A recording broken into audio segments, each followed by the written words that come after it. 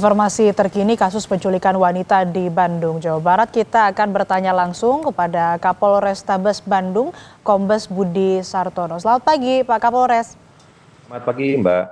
Kemarin korban sudah dipulangkan ke rumahnya malam hari. Lalu saat ini sudah diketahuikah siapa pelaku penculikan dan boleh diceritakan, Pak, bagaimana kronologinya?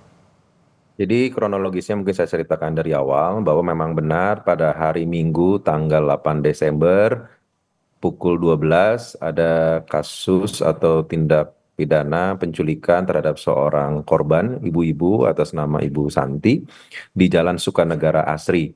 Jadi pada saat itu korban pulang dari arisan dari keterangan saksi-saksi, kemudian di depan rumahnya pada saat hendak memasuki rumah yang bersangkutan ada laki-laki yang memaksa memasuk mobil Xenia dan langsung kabur dengan menodongkan senjata, diduga senjata.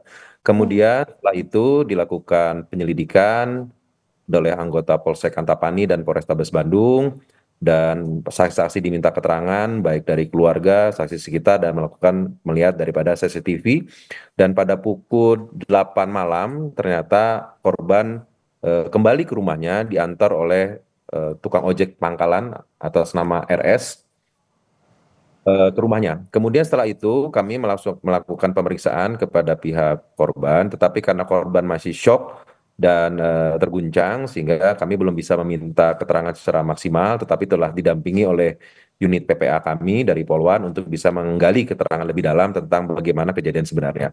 Tetapi dari hasil keterangan dari pihak ojek pangkalan atas nama RS, kami sudah mendapat beberapa hal-hal yang bisa membantu penyelidikan. Yang pertama adalah bahwa memang benar tukang ojek tersebut yang mengantarkan ke rumah korban itu adalah karena pada saat di daerah Pasir Impun, tepatnya di daerah PD Kebersihan, tukang ojek tersebut sedang menunggu penumpang. Kemudian datang seorang laki-laki kepada tukang ojek tersebut menyatakan bahwa di depan ada mobil yang membutuhkan orang untuk diantar.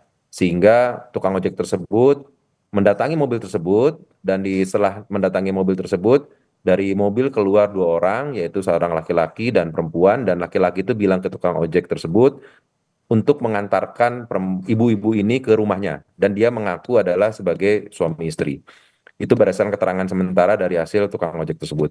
Maka dari itu, setelah ibu itu kembali ke rumahnya, sekarang fokus kami adalah mencari pelaku dari yang melakukan penculikan tersebut. Dari hasil keterangan sementara juga, kami dari hasil keterangan korban yang kami dapat sementara juga, pada saat wawancara sebentar, bahwa memang di dalam mobil tersebut diduga ada bau-bau minuman keras. Maka dari itu kami akan mendalami apakah motif ini dan juga mencari siapa saja pelaku tersebut. Ya, Mbak, sementara itu, Mbak.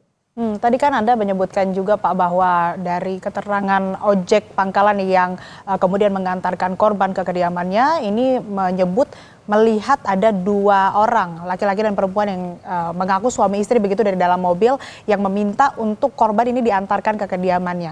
Apakah identitas dari kedua orang tersebut sudah diketahui dan apakah sudah ada keterangan juga dari korban bahwa memang mungkin mengenal dari dua orang tersebut dan ciri-cirinya atau mungkin identitasnya begitu sudah lebih jelas kah?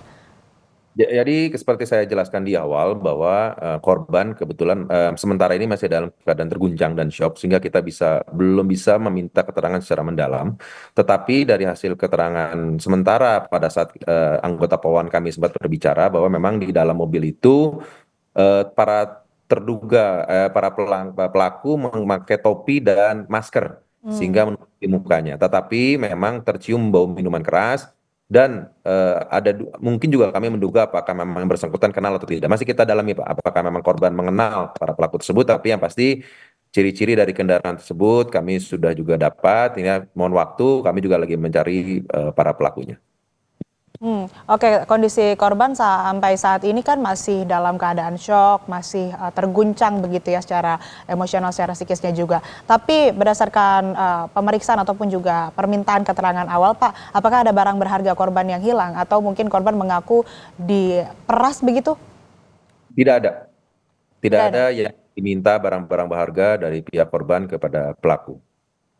Lalu ada saksi lain mungkin selain dari tukang ojek tadi yang mengantarkan yang sudah diperiksa? Sementara saksi yang kita periksa adalah mulai dari tempat arisan-arisan yang ibu-ibu itu korban berangkat, saksi tetangga, saksi keluarga, dan CCTV masih kita dalami dugaan-dugaan yang mungkin arah kendaraan tersebut bergerak. Tetapi insya Allah mohon doa restunya anggota masih di lapangan untuk mencari para pelakunya.